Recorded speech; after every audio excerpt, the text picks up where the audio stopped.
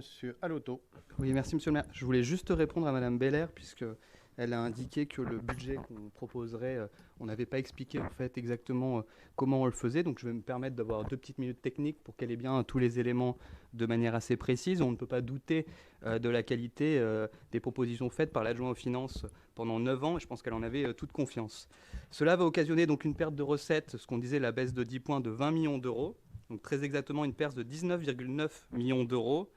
Pour ce faire, nous inscrivons en recettes de fonctionnement au chapitre 731 197,4 millions d'euros au lieu de 217,3 millions d'euros, soit 19,9 millions d'euros de recettes en moins, comme on l'avait indiqué, qui sera donc compensé par la suppression du bouclier climatique et social inscrit au BP 2024, soit 10,7 millions de moins en dépenses de fonctionnement. En inscrivant donc au chapitre 012, excusez-moi d'être technique, mais au moins vous aurez les précisions, 154,1 millions d'euros au lieu de 158,5, soit 4,4 millions de moins de dépenses. En inscrivant également au chapitre 65, 54,9 millions d'euros au lieu de 61,2 millions d'euros, soit 6,3 millions d'euros de moins de dépenses.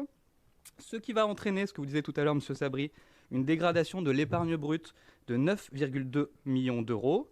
Donc, par conséquent, nous réduisons aussi les investissements de 2,1 millions d'euros, qui correspondent notamment au bouclier climatique et social inscrit au BP 2024, page 15 du doc 0, en inscrivant précisément au chapitre 204 7,6 millions d'euros au lieu de 9,1 millions d'euros, soit 1,5 million de moins de dépenses, et en inscrivant au chapitre 21 22,07 millions d'euros au lieu des 22,6 millions d'euros, soit 550 000 euros de moins. Pour équilibrer ensuite ce budget 2024, il nous reste deux solutions, ce que vous indiquiez tout à l'heure, Monsieur Sabri, soit augmenter l'emprunt au chapitre 16 de 7,1 millions d'euros. Ce n'est pas le choix que nous ferons vu le montant important de l'emprunt, pour rappel de 47,4 millions d'euros, soit baisser les dépenses tout simplement de travaux et études du même montant en investissement, en passant de 61,9 millions d'euros à 54,8 millions d'euros au chapitre 20, 21 et 23.